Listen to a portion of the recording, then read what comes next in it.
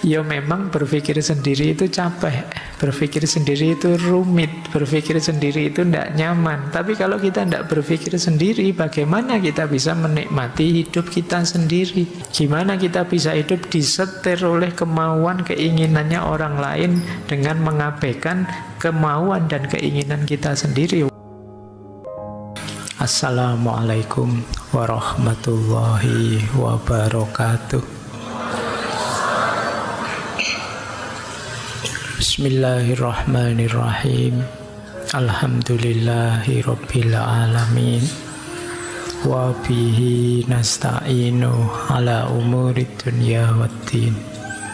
Allahumma sholli wa sallim wa barik ala habibina wa syafi'ina sayyidina wa maulana Muhammadin wa ala alihi wa ashabihi wa man tabi'ahum bi ihsanin ila yaumiddin. Amma ba'du. Bismillah, mari kita mulai lagi, kita lanjut lagi ngaji filsafat kita. Semoga bisa lanjut kita istiqomai tanpa harus target macam-macam. Yang penting kita tahu bahwa ngaji itu baik, itu saja sudah. Karena kadang-kadang target macam-macam itu, kalau targetnya tidak terpenuhi, kita kecewa. Begitu targetnya terpenuhi, kita jadi malas.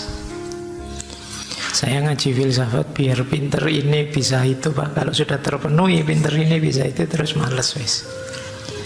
Atau tidak terpenuhi, oh saya sudah ngaji ratusan sesi, rasanya kok masih tidak jadi apa-apa, belum dapat apa-apa, Pak. Terus kamu kecewa.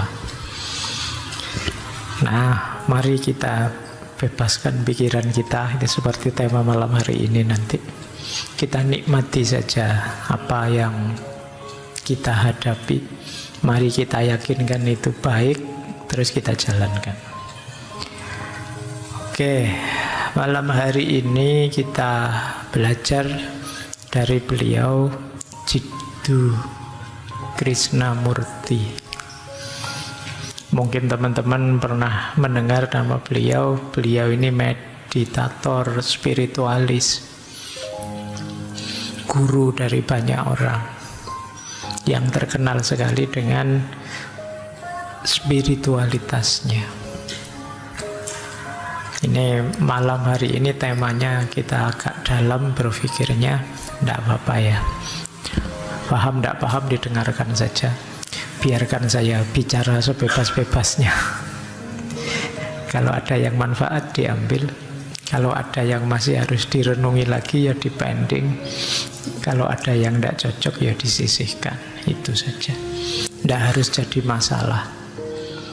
Kita sudah terlalu banyak masalah tiap hari. Jadi yang tidak penting-penting ngapain sih harus diangkat jadi masalah. Beliau kelahiran 1895. Nanti meninggalnya 1986. Anak ke-8 dari keluarga Brahmana.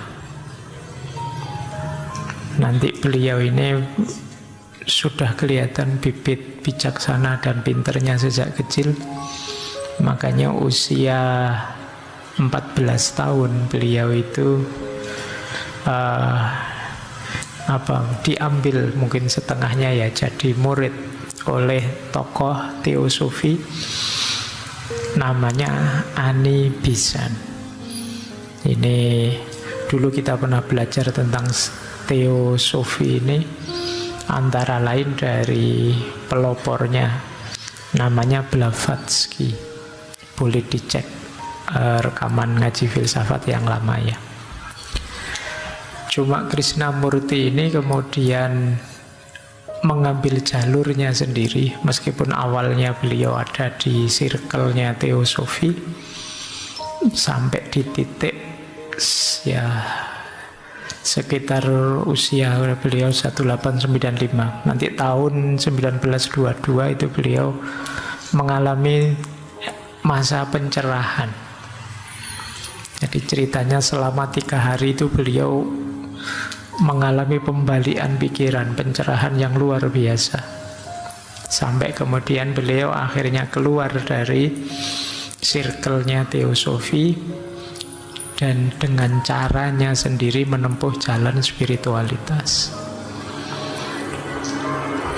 Baik, malam hari ini kita coba ya, kita gali gagasan teosofis beliau. Yuk kita ambil satu aspek tentang kebebasan.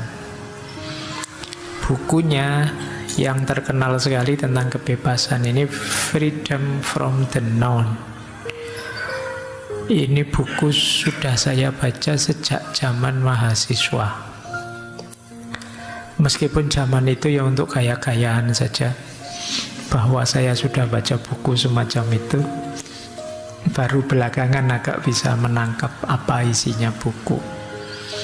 Nah, itu menariknya dunia membaca ya. Tidak apa-apa teman-teman baca, tidak paham itu tidak usah mengeluh.